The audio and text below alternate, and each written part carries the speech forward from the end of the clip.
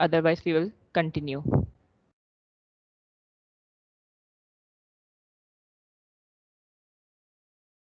नहीं, rule number 52, resistance हमारे पास बराबर होगी इनवर्स टू कंडक्टेंस, और कंडक्टेंस हमारे पास बराबर होती है के ए अपॉन एल के।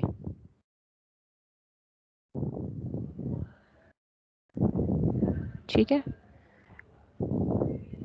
अच्छा हम कल न्यूमेरिकल डिस्कस कर रहे थे, कैलकुलेटर अगर आपने सब आप लोग रख लें, हम करेंगे कैलकुलेशन अपनी स्टार्ट करेंगे। एक मिनट पहले में, ठीक है, हमने कल कहा था कि हमारे पास एक रिएक्टर की वॉल है, ठीक है, it is made up of a inner layer of fabric, और उसकी हमारे पास थर्मल कंडक्टिविटी गिवन है 0.84 वॉट पर मीटर डिग्री सेंटीग्रेड। लाइकवाइज हमारे पास जो सेकंड लेयर है वो इंसुलेशन की है, और उसके अंदर हमारे पास जो थर्मल कंडक्टिविटी गिवन है वो 0.16 वॉट पर मीटर डिग्री सेंटीग्रेड है।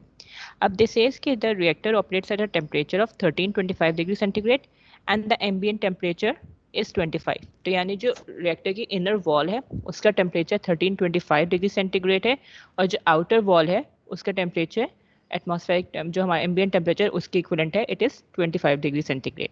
Now you have to calculate the thickness of the fabric and insulation wall, दोनों की आपने थिकनेस मालूम करनी है, जबकि you are provided with the overall thickness of the reactor wall. Reactor की ओवरऑल थिकनेस मालूम है, और आपको इंडिविजुअल हर मटेरियल की अपनी थिकनेस मालूम करने के, फैब्रिक कितना थिक है और इंसुलेशन कितना थिक है, इन ऑर्डर टू क्या कहते हैं give maximum minimum heat losses. ठीक है, now what you have to do, आपने फिर देखना है कि उस सेकंड जो पार्ट है उसके अंदर आपने करना है कि आपने जो है हीट लॉस मालूम करना है, प्रोवाइडिंग कि आपके पास जो इंटरफेस है दोनों का, जो इंसुलेशन लेयर है और फैब्रिक है, उसका जो टेम्परेचर है वो 1200 डिग्री सेंटीग्रेड है, इंटरफेस का टेम्परेचर। ठीक है, फिगर हमने कल समझ ली थी, हमारे पास ये ए है, ये हमारे पास फैब्रिक है, बी आपके पास क्या है इंसुलेशन है। ठीक है, अब ये फैब्रिक है तो इसका जो इनर, ये रिएक्टर की इनर वॉल हो गई, इसका टेम्परेचर हमारे पास क्या था 1325 डिग्री सेंटीग्रेड। ये हमारे पास फिर आउटर वॉल हो गई है, तो एम्बिएंट टेम्परेचर हमारे पास गिवन था 25 डिग्री सेंटीग्रेड। ठीक है, आपके पास ओवरऑल रिएक्टर की थिकनेस गिवन है which was 320 mm. Now you have to calculate the thickness of wall A and thickness of wall B. ये एल से कंफ्यूज मत होइएगा, दिस एल रिप्रेजेंट एक्स। ठीक है, थिकनेस या लेंथ आप कुछ भी कह लें, ठीक है, इट डज नॉट मैटर। फिर सेकंड पार्ट के अंदर आपके पास इंटरफेस का टेम्परेचर गिवन है ए और बी के कॉन्टैक्ट का, विच वॉज 1200 डिग्री सेंटीग्रेड। ठीक है, अब हमें सबसे पहले जो हमें थिकनेस मालूम करनी है, यानी हमें एक्स ए एक्स बी या you can say L A और एल बी मालूम करना है। ठीक है, हम सबसे पहले क्या करेंगे, अपना जो हमारे पास डाटा प्रोवाइडेड है उसको हम कर लेंगे। हमारे पास टेम्परेचर 1 गिवन है 1325 डिग्री सेंटीग्रेड, T2 हमारे पास गिवन है 1200 डिग्री सेंटीग्रेड, T3 हमारे पास गिवन है 25 डिग्री सेंटीग्रेड। सही है, अब इन्होंने कहा हमारे पास जो टोटल वॉल की थिकनेस है रिएक्टर की, it is equivalent to 320 mm, यानी delta X, X A plus X B दोनों का समीशन डेल्टा एक्स इक्वल है 320 mm के। अब ये जो mm है हमारे पास, ऑब्वियसली बात है ये SI यूनिट नहीं है, तो you will have to convert into SI unit. तो आप क्या करोगे, इसको मिलीमीटर को मीटर में कन्वर्ट करोगे, तो इट वुड बी 0.32 मीटर। ठीक है, अब आपने क्या किया, इसको अरेंज कर लिया, इस इक्वेशन को delta x A plus delta x B equal to delta X, आपने इसको अरेंज कर दिया इन दी फॉर्म, या तो आप डेल्टा एक्स ए की फॉर्म में अरेंज कर लो या डेल्टा एक्स बी की फॉर्म में अरेंज कर लो, अप टू यू। ठीक है, मैंने डेल्टा एक्स बी की फॉर्म में अरेंज किया है, तो delta x B equals to 0.32 minus delta x A. ये वाली इक्वेशन आपकी आगे यूज होगी ताकि हमारे पास डेल्टा एक्स बी मालूम हो सके। ठीक है, तो आप इसको वो क्या कहते हैं, इक्वेशन ए कर लो, इक्वेशन बी कर लो। ठीक है, अब आपके पास थर्मल कंडक्टिविटीज गिवन है वॉल ए की और वॉल बी की।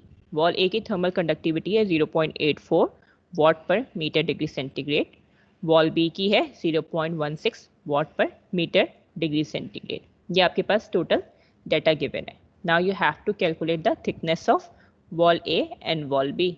ठीक है, अब हमारे पास जब थिकनेस मालूम करनी है, सबसे पहले हम क्या करेंगे, अपना फोरियर्स लॉ ऑफ कंडक्शन यूज करेंगे, लेकिन हम क्या यूज करेंगे, सीरीज वाला, क्योंकि दो वॉल्स हैं सिंपल एक वॉल होती तो हम डायरेक्टली अप्लाई कर लेते हैं। हमारे पास 2 वॉल्स गिवन है, तो हमारे पास जो इक्वेशन हमने जनरेट की थी फॉर सीरीज वो हम यूज़ करेंगे यहाँ पर। ठीक है, हमने कहा Q equals Q divide by A, यानी हीट लॉस पर स्क्वायर फीट या पर unit area equals to heat flux यानी Q equals to T1 minus T3 initial minus final divide by XA upon KA plus XB upon KB। या फिर आप individually हर wall का भी कर सकते हो। ये तो आपने टोटल आपके पास सीरीज में जो हमारे पास हीट लॉसेस थे पर स्क्वायर फुट या पर यूनिट एरिया, ये आपने कर ली थी इक्वेशन जनरेट। या फिर यू कैन से कि वॉल ए का जो हीट लॉस है वो हमारे पास बराबर है हीट लॉस पर स्क्वायर पर यूनिट एरिया के, which would be equal to T1 minus T2 divide by delta XA upon KA। या फिर यू कैन से कि वॉल बी का जो हीट लॉस है वो हमारे पास है T2 minus T3 divide by XB upon KB।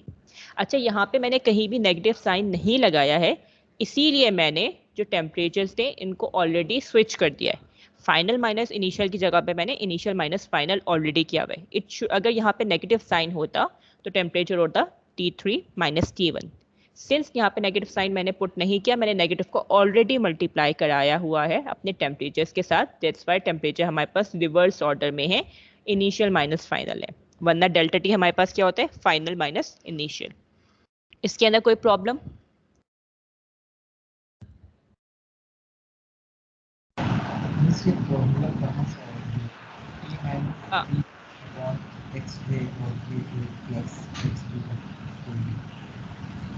ये वाला फॉर्मूला, ये जो थिकनेस ऑफ फैब्रिक इंसुलेशन वाला, ये वाले फॉर्मूले के पास ये T1 minus T3 upon delta x से upon KA plus delta XB upon KB, ये वाले फॉर्मूला की बात कर रहे हो आप? बिल्कुल, ये हमने कल वाली क्लास थी, कल वाली क्लास के अंदर नहीं, कल वाली क्लास के अंदर तो हमने न्यूमेरिकल किया था, उससे पिछली क्लास के अंदर हमने ये वाला फॉर्मूला ड्राइव किया था। Let me show you the formula. मैं एक मिनट साइट खोल लूँ।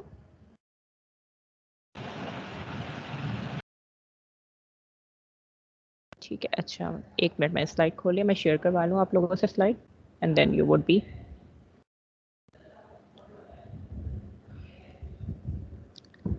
ठीक है, हमने ये वाली डेरिवेशन की थी वॉल वाली। सीरीज में हमारे पास वॉल है, इसके अंदर 3 वॉल्स थी।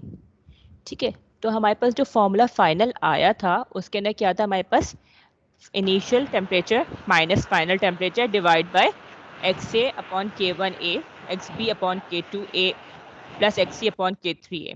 अगर आप इनमें से A कॉमन ले लोगे और यहाँ पे A हमारे पास 1 अपॉन A था, तो यहाँ पे क्या के यहाँ पे मतलब मल्टीप्लाई हो रहा था, तो it would B dividing over here. ठीक है, सिंपल मैथ्स है। आपने A कॉमन ले लिया और A को आपने राइट हैंड साइड पे मूव करवा दिया, तो Q upon A would be equal to initial temperature minus final temperature divide by the conductance of the wall या रेजिस्टेंस ऑफ द वॉल।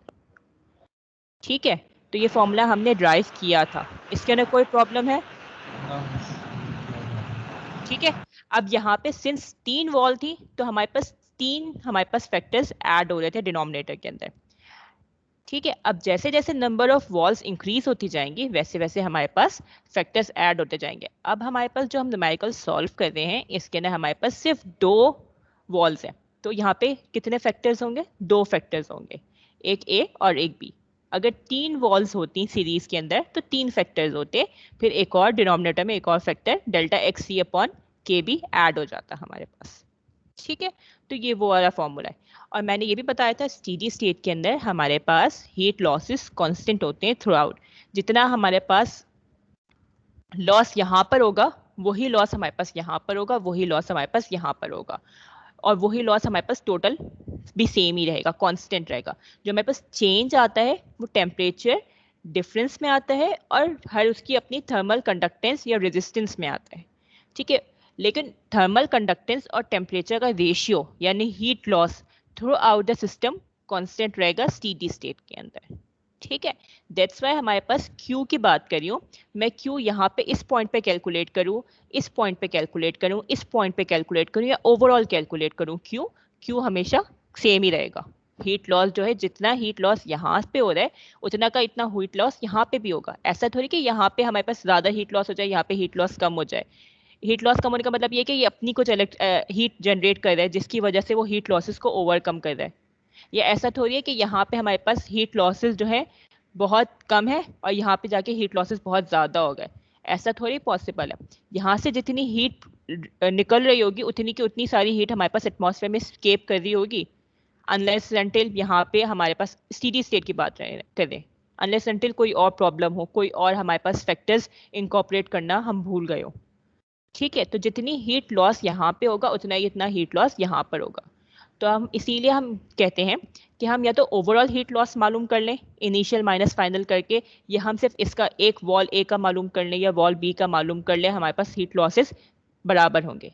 लेकिन वॉल ए और वॉल बी के temperature difference यानी temperature drop different होगा, उनकी अपनी thermal conductance different होगी, उनकी थिकनेस डिफरेंट होगी। तो जब हम डायमेंशंस की बात करते हैं, टेम्परेचर की बात करते हैं, थर्मल कंडक्टिविटी की बात करते हैं, तो हम इनपुट इक्वल और आउटपुट वाला रिलेशनशिप यूज नहीं कर सकते, फिर हमें इंडिविजुअली वॉल की अपनी कैलकुलेशन करनी पड़ती है। लेकिन अगर हम ओवरऑल सिस्टम की बात करें तो ओवरऑल सिस्टम के अंदर हम इजीली इनपुट और आउटपुट वाला रिलेशनशिप यूज करके हम अपनी ड्राइव कर सकते हैं।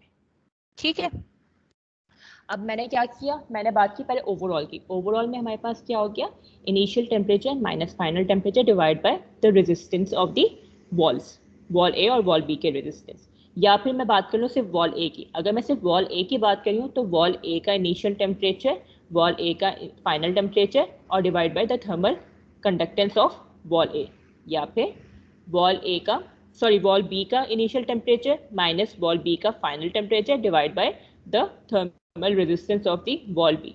ठीक है, मैं कोई भी रिलेशनशिप यूज कर लूँ, या तो मैं पूरा ओवरऑल सिस्टम का यूज कर लूँ या मैं इंडिविजुअल वॉल का यूज कर लूँ, it would be equivalent to the heat losses per unit area. ठीक है, ये मैंने अपनी मेजर इक्वेशन बना ली। अब इस इक्वेशन को यूज करते हुए मैं थिकनेस मालूम करूंगी। मुझे एक्स ए नोन नहीं है, एक्स बी नोन नहीं है, ठीक है, मुझे मालूम करना है।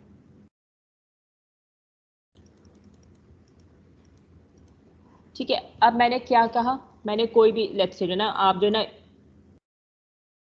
आप कोई भी इसमें से जो ना इक्वेशन उठा लो। ठीक है, आप ये वाली उठा लो और ये वाली उठा लो, या आप ये दोनों उठा लो, आप कोई भी इक्वेशन उठा लो, इट डज नॉट मैटर।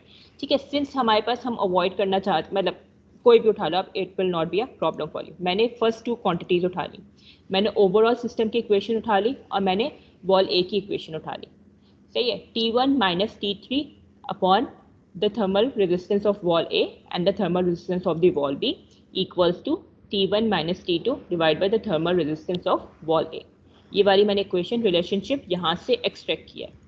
ठीक है, यहाँ से मैंने, क्योंकि सिंस ये सारी क्वांटिटीज इक्विवेलेंट है, एक दूसरे के इक्वल है, तो मैं ये भी कह सकती हूँ कि Q is directly related to T2 minus T3 upon XP upon KB। सही सही है, या फिर मैं कह सकती हूँ ये वाली क्वांटिटी है हमारे पास इस क्वांटिटी के इक्वल है, ये वाली क्वांटिटी आपस में सारी इक्विवेलेंट है ना, एक दूसरे के इक्वल।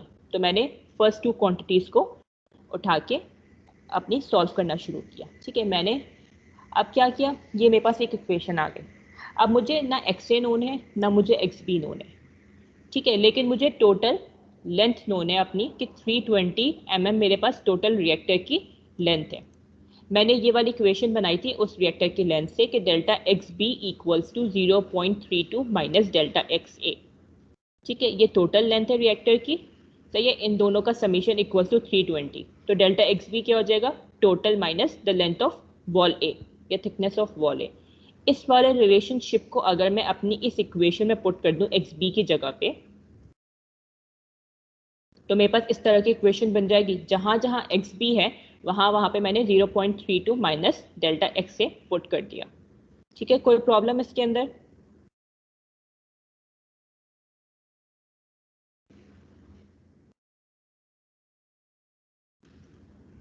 ठीक है, अब तक कोई प्रॉब्लम नहीं है इसके अंदर?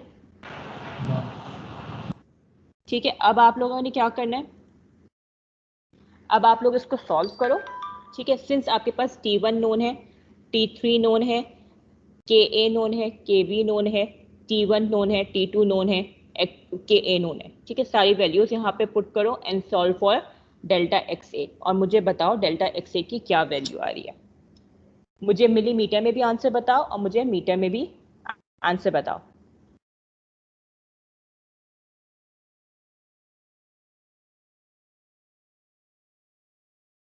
सॉल्व करो डेल्टा एक्स से और मुझे वैल्यू बताओ डेल्टा एक्स की क्या वैल्यू आएगी।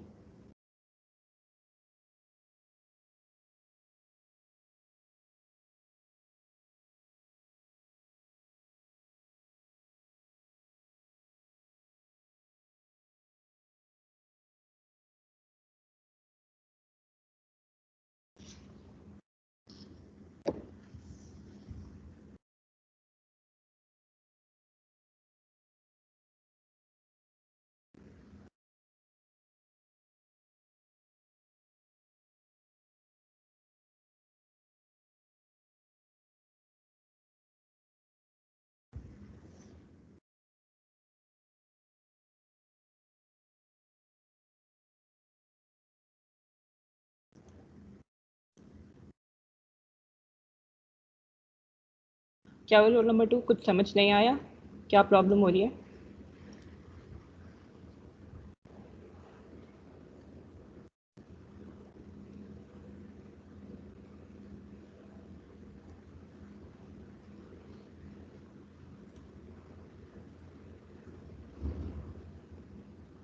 जल्दी से मुझे बताओ डेल्टा एक्स से क्या आएगा आप लोगों का। कैलकुलेट कर भी रहे हो आप लोग या साथ कैलकुलेट नहीं कर रहे?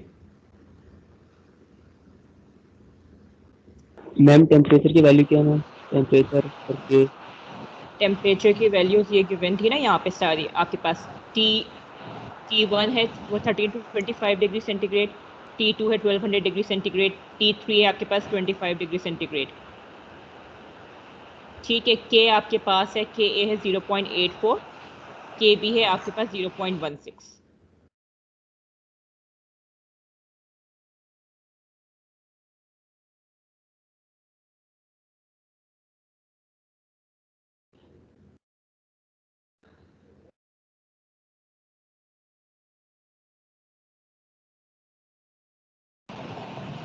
रोल नंबर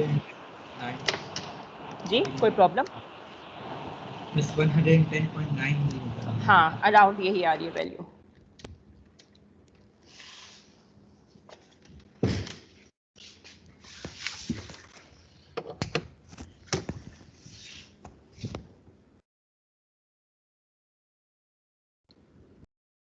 ठीक है, मेरी इस तरह की कुछ वैल्यू आ रही थी 0.1146 मीटर, इसको मैंने चेंज कर दिया इनटू मिलीमीटर 114.6 मिलीमीटर, सॉरी। ठीक है, अब it's up to you if you want to change the unit और नॉट, क्योंकि मीटर हमारे पास SI यूनिट है तो you can keep it in metre as well. ठीक है, आई होप आप लोगों का भी करस्पॉन्डिंग आंसर ही आ रहा होगा। सबका आंसर यही आ रहा है अराउंड, ये डिफरेंट आ रहा है?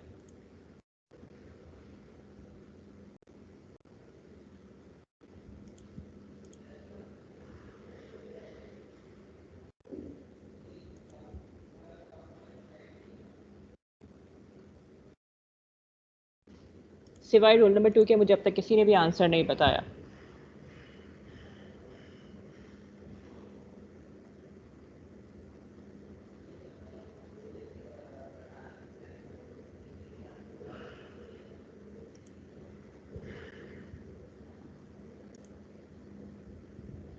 आप लोग सॉल्व करो जल्दी से और मुझे आंसर बताओ ताकि हम आगे न्यूमेरिकल्स भी करें। We have to do 2 numericals today.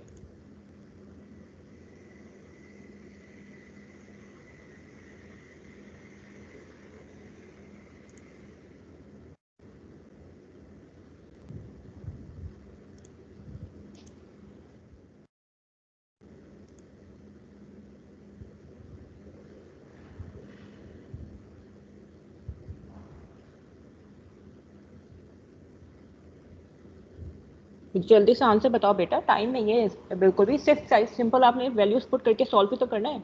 Why are you taking so much time?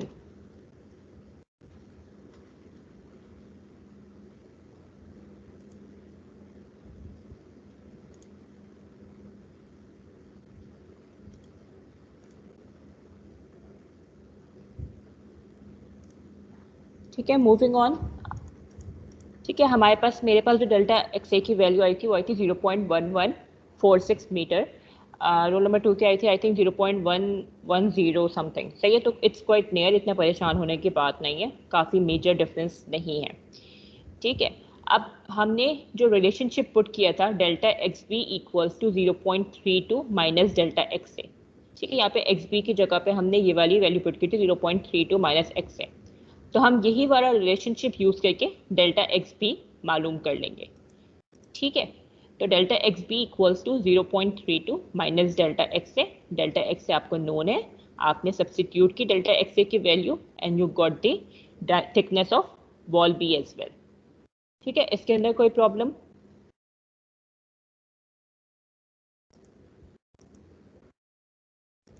I am sure कोई प्रॉब्लम नहीं होगी, जल्दी से यहाँ तक सॉल्व करो। अब हमारे पास पार्ट ए के अंदर हमने थिकनेस मालूम करनी थी वॉल ए और वॉल बी की, हमने मालूम कर ली delta x A delta x B. X A is the thickness of wall A, x B is the thickness of wall B, ठीक है। तो पार्ट ए हमारे पास सॉल्व हो गया। Now we have to move towards part B.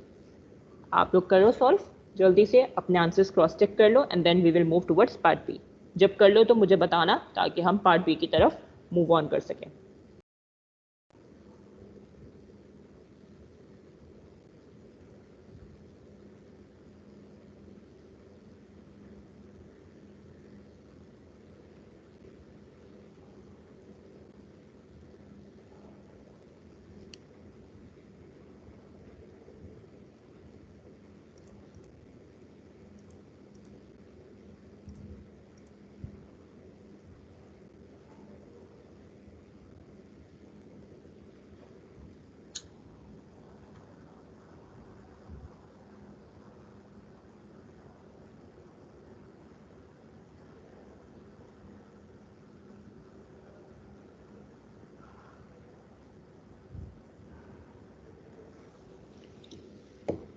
Roll number 32 बिल्कुल ठीक है, 110.92 millimetre x से, बिल्कुल ठीक है वैल्यू।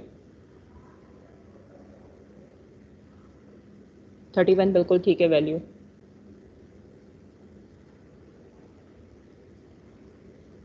बिल्कुल ठीक है, रोल नंबर 32 एक्स पी की वैल्यू भी बिल्कुल ठीक है।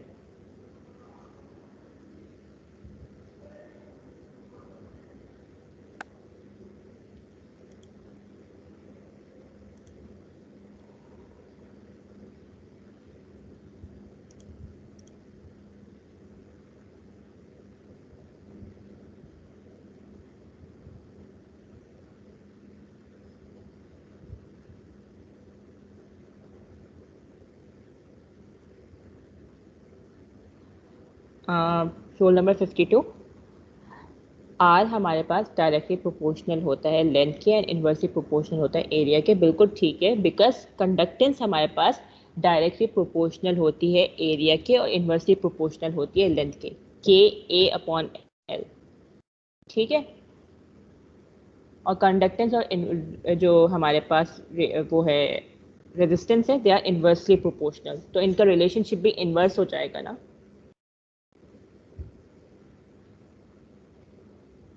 और ये जो इशू है मैं इसको अलग से एड्रेस कर लेती हूँ, पहले हम न्यूमेरिकल कर लें क्योंकि न्यूमेरिकल इज़ मोर इम्पॉर्टेंट। हमारा कोर्स बहुत लेंथी है, ठीक है। तो मैं आपको अलग से पर्सनल मैसेज करके ये वाली बात पूरी क्लैरिफाई कर दूँगी, ठीक है। आज या कल में, इतना परेशान मत हो। आप मुझे एक मैसेज ड्रॉप कर दीजिएगा, मैं आपको जो है क्लैरिफाई कर दूँगी आपका जो भी इशू है ये स्मॉल, ठीक है। अच्छा, move on to part B. Part B के लिए हमें क्या करना है, हमें हीट लॉसेस मालूम करने हैं।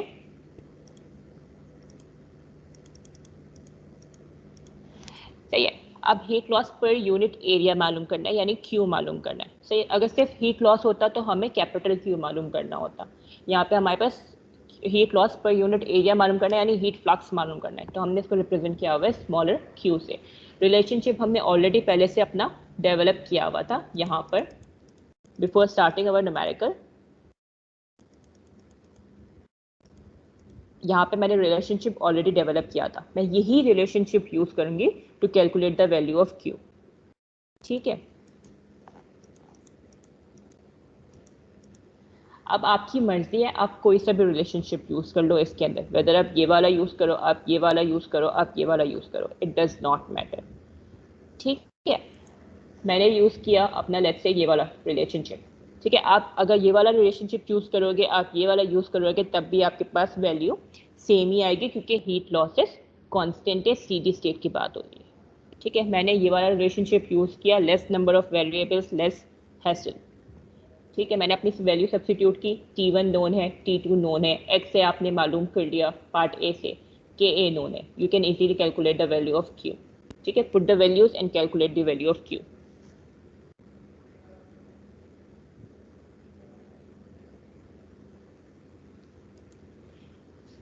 ठीक है, अराउंड आपके पास 916.23 वॉट पर मीटर स्क्वायर आपके पास वैल्यू आएगी।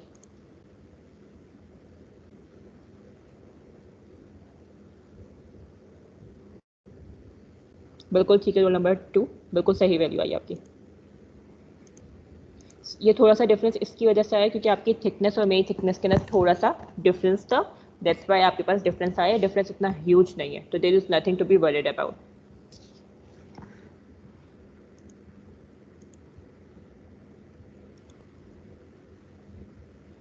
ठीक है, आई होप आप सबकी वैल्यूज आ गई हो। तो अब हमारे पास हमें न्यूमेरिकल के अंदर लेंथ मालूम करने, थिकनेस मालूम करनी थी वॉल ए और वॉल बी की, हमने मालूम कर ली। हमारे पास हीट लॉसेस मालूम करने थे, कंसीडरिंग कि हमारे पास इंटरफेस का टेम्परेचर 1200 डिग्री सेंटीग्रेड है, तो हमने इंटरफेस का टेम्परेचर 1200 डिग्री सेंटीग्रेड सब्स्टिट्यूट करके अपने हीट लॉसेस भी कैलकुलेट कर लिए। ठीक है, दोनों हमारे पास पार्ट सॉल्व हो गए, इतना कॉम्प्लिकेटेड न्यूमेरिकल नहीं था। ठीक है, न्यूमेरिकल कराने का मकसद सिर्फ ये था कि आपके पास कोई भी चीज़ लाजमी नहीं, आपके पास हर दफ़ा आपको हीट लॉसेस ही मालूम करने हो। कल हमने जो किया था उसके अंदर आपको हीट लॉसेस मालूम करने थे और टेम्परेचर्स मालूम करने थे इंटरफेसेस पर। आज हमने न्यूमेरिकल किया, उसके अंदर आपको टेम्परेचर नोन थे, आपको थिकनेस मालूम करनी थी। ठीक है, तो आप फॉर्मूला सेम यूज़ करोगे, but you have to use your sense logic कि आपने जो है कौन सी चीज़ को किस तरीके से सब्स्टिट्यूट करना है। ठीक है, आई होप कोई प्रॉब्लम नहीं हुई होगी इसके अंदर। ये कर लो, फिर हम थोड़ा सा एक और लेवल अपना अपग्रेड करेंगे न्यूमेरिकल का।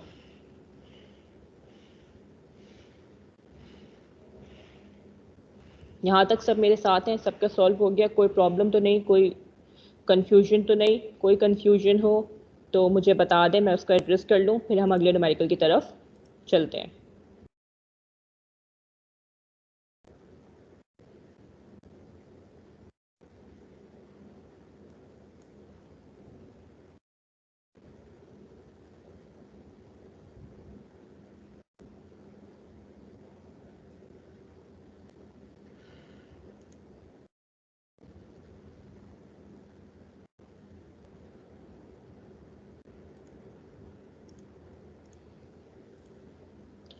ठीक है, आई होप कोई प्रॉब्लम नहीं है। अब हम अगले न्यूमेरिकल की तरफ मूव ऑन करते हैं।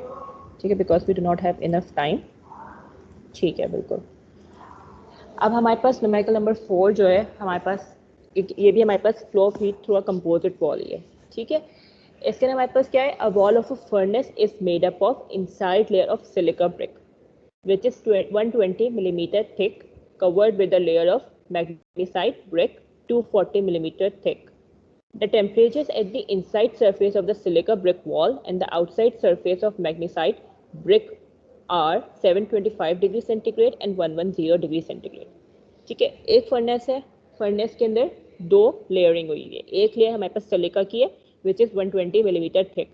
जो सेकेंड लेयरिंग हुई हुई है वो मैग्नीसाइट ब्रिक की है विच इज़ 240 मिलीमीटर थिक। जो इनसाइड सरफेस है सिलिका ब्रिक यानी उसका जो टेम्परेचर है वो 725 डिग्री सेंटीग्रेड है, जबकि जो हमारे पास आउटसाइड वॉल है मैग्नीसाइट ब्रिक उसका आउटसाइड टेम्परेचर 1110 डिग्री सेंटीग्रेड है। The contact thermal resistance between the two walls at the interface is 0.035 degree centigrade per watt per unit wall area. If thermal conductivities of silica and magnesite bricks are 1.7 and 5.8 watt per meter degree centigrade, calculate the rate of heat loss per unit area of the wall and the temperature drop at the interface. अब यहाँ पे थोड़ी complication आ गई। हमारे पास thermal conductivities given है silica की and magnesite की। ठीक है, हमें मालूम करना है heat loss per unit wall area. ठीक है, लेकिन इन्होंने कहा कि हमारे पास जो दोनों वॉल्स हैं सिलिका और मैग्नेसाइट, उन दोनों के कांटेक्ट की वजह से थर्मल रेजिस्टेंस काफ़ी प्रोड्यूस हो रही है। ठीक है, और वो थर्मल रेजिस्टेंस हमारे पास कितनी प्रोड्यूस हो रही है, 0.035 डिग्री सेंटीग्रेड पर वॉट, और उसकी वजह से हमारे पास टेम्परेचर ड्रॉप इंटरफेस पे आ रहा है। ऐसा होता है ना, वॉल के थ्रू टेम्परेचर ड्रॉप होता है वॉल के, लेकिन यहाँ पे क्या हो रहा है, वॉल पे ही टेम्परेचर ड्रॉप हो रहा है। ठीक है, अब इसको मैं फिगर के थ्रू समझाऊंगी तो it would be easier for you to understand. ठीक है, दो वॉल्स है हमारे, दो हमारे पास ये फर्नेस है, फर्नेस के ना दो लेयर्स हैं, एक लेयर है हमारे पास सिलिका ब्रिक की, एक लेयर है हमारे पास मैग्नीसाइट ब्रिक की। ठीक है, सिलिका हमारे पास इनर लेयर है फर्नेस की, उसका टेम्परेचर है 725 डिग्री सेंटीग्रेड, जबकि हमारे पास जो मैग्नीसाइट ब्रिक है ये हमारे पास आउटर लेयर है फर्नेस की और उसका टेम्परेचर है 110 डिग्री सेंटीग्रेड। इन दोनों की थिकनेस गिवन है 120 मिलीमीटर एंड 240 मिलीमीटर। इन दोनों की थर्मल कंडक्टिविटीज गिवन है। अब ये कह रहे हैं हमारे पास यूजली होता क्या है, हमारे पास टेम्परेचर प्रोफाइल लीनियर होती है, हमारे पास टेम्परेचर ड्रॉप होता है फिर फर्दर टेम्परेचर ड्रॉप होता है।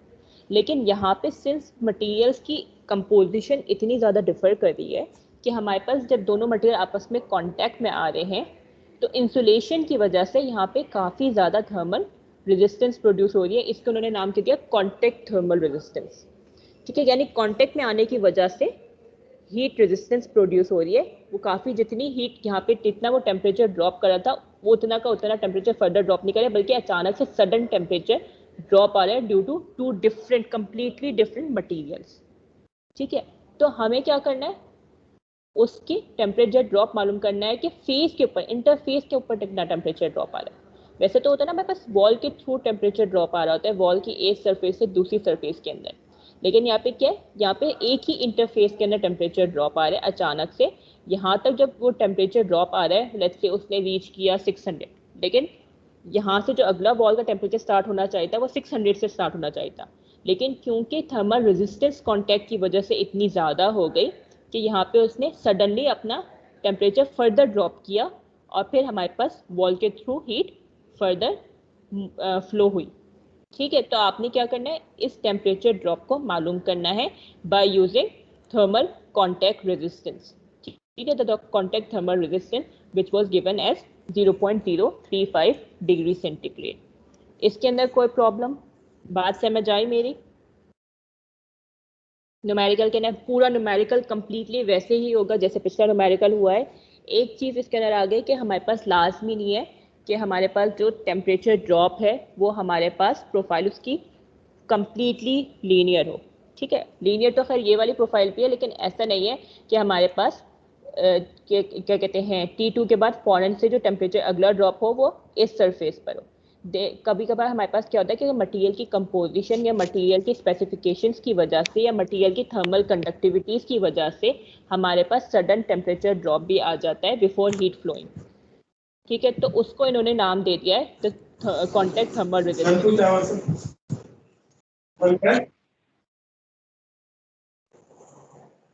समझ आई ये वाली बात? कॉन्टैक्ट थर्मल रेजिस्टेंस समझ आई?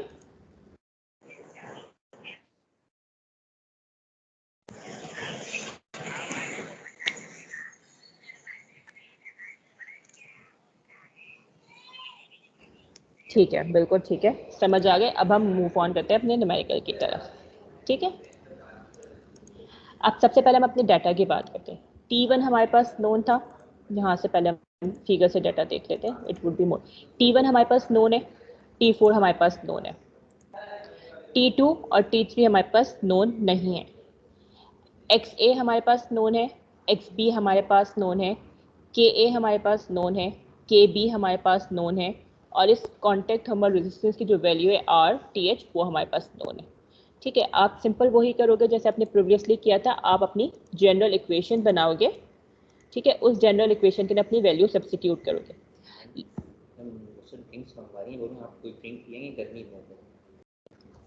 सही है, अब हमारे पास हीट लॉसेस की हमने जो है जनरल इक्वेशन बनाने हैं हमें हीट फ्लो की। अब हीट फ्लो की जनरल इक्वेशन वैसे हमारे पास क्या होती है, temperature input minus temperature output divide by the resistance of the wall.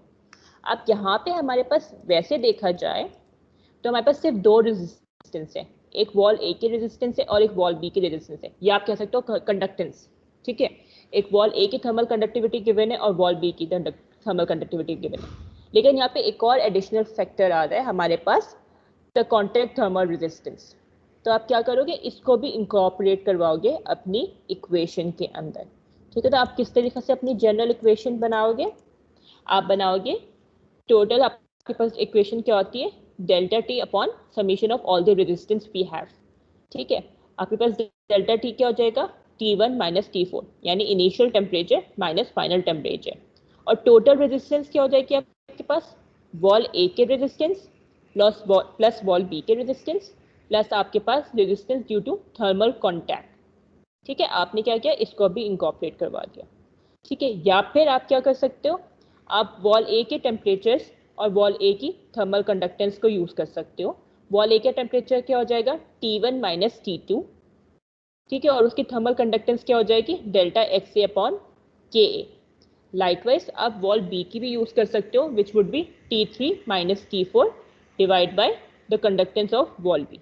ठीक है, this one is more appropriate to use, क्योंकि इसके अंदर आप रेजिस्टेंस यूज कर रहे हो, आप जो है अपनी जितने भी आपके पास नोन वेरिएबल्स हैं, नोन पैरामीटर्स हैं, आप उन सबको इंकॉर्पोरेट कर रहे हो।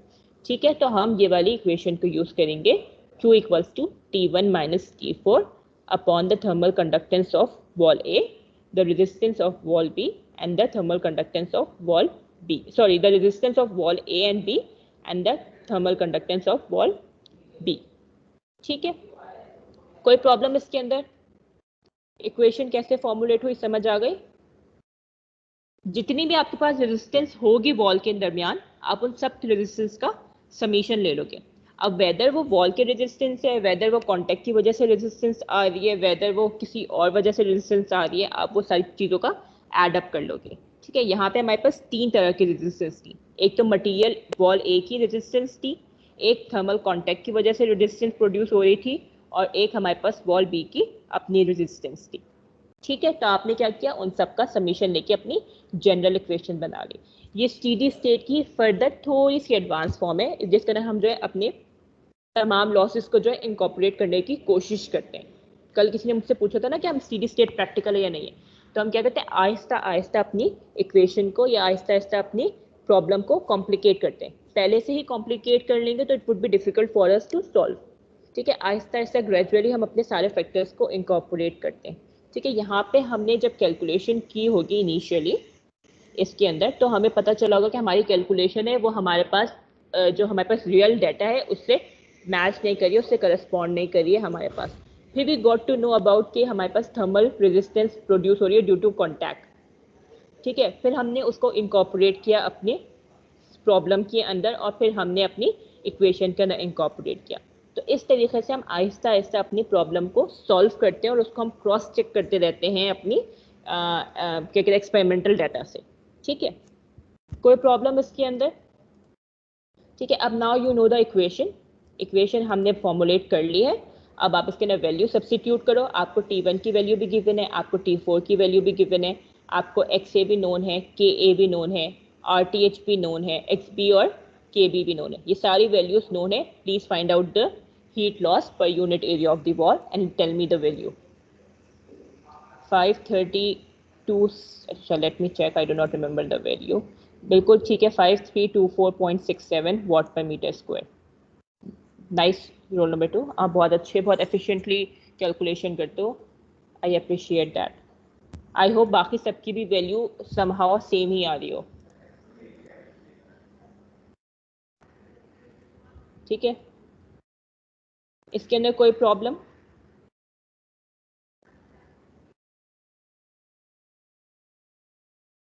ठीक है, अब हमें बात करनी है, अब हमें मालूम करना है पार्ट बी, हमें क्या मालूम करना है, टेम्परेचर ड्रॉप, यानी T2 और T3 मालूम करना है। ठीक है, कैसे मालूम करोगे, you will use this previous equation, ये जो इक्वेशन है आप इसी को ही यूज करोगे। Q आपने मालूम कर लिया था, Q की वैल्यू आ गई है। ठीक है, अब ऑब्वियसली बात है, जिस इक्वेशन से आपने Q मालूम किया आप वही इक्वेशन तो यूज नहीं करोगे, आप बाकी अदर 2 इक्वेशन यूज करोगे। तो आप पहले रखोगे Q equals to T1 minus T2 delta XA upon KA। ठीक है, आप ये वाली इक्वेशन यूज करोगे और इससे T2 मालूम करोगे कि T2 क्या आ रहा है। लाइकवाइज आप क्या करोगे, Q equals to T3 minus T4 divide by delta XP upon KB, ये वाली वैल्यू, ये वाली इक्वेशन जनरेट करोगे और उसके अंदर आप T3 मालूम करोगे, क्योंकि आपके पास बाकी सारे वेरिएबल्स नोन है। Q आपने मालूम कर लिया पार्ट 1 के अंदर, you can easily calculate the value of T2। Likewise आपने बाकी सारी वैल्यूज नोन है, Q आपने ऑलरेडी मालूम किया हुआ है, you can easily calculate the value of T3। तो by using the same equation आप क्या करोगे, T2 और T3 की वैल्यू मालूम करोगे। इसके अंदर कोई प्रॉब्लम? बिल्कुल ठीक है, रोल नंबर 67 आपका आंसर करेक्ट है, बिल्कुल ठीक है। अब इसी तरीके से solve for T2 and T3। Q आपने मालूम कर लिया है, उस Q को इस इक्वेशन के अंदर सब्स्टिट्यूट करो और T2 मालूम करो, फिर दोबारा से Q को उस इक्वेशन के अंदर सब्स्टिट्यूट करो और T3 मालूम करो। I hope you can do this simple maths.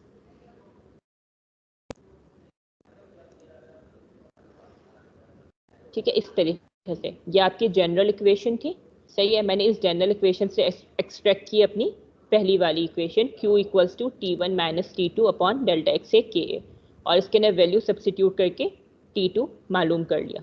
Do the same for T3 as well, Q equals to T3 minus T4 upon delta x B upon K B. ठीक है, value substitute करो और T3 मालूम करो, और फिर मुझे बताओ टेम्परेचर डिफरेंस कितना आ रहा है।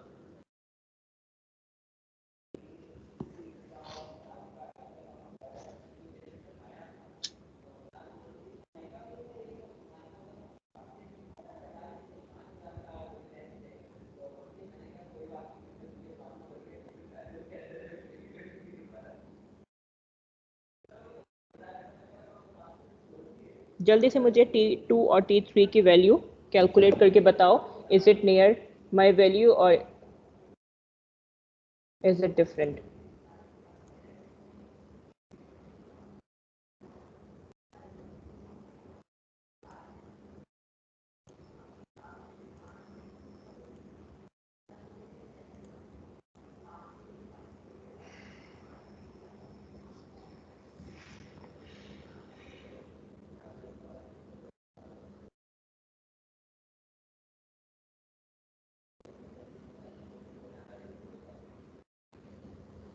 थ्री 55.4, हाँ सही है, it's quite near my value, it would B okay I think.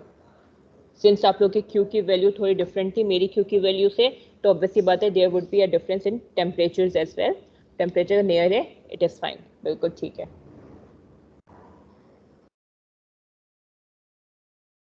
T3 आपके पास आ रहा है 330। Role number 2, is it T3 और इट इज T2? हाँ T2।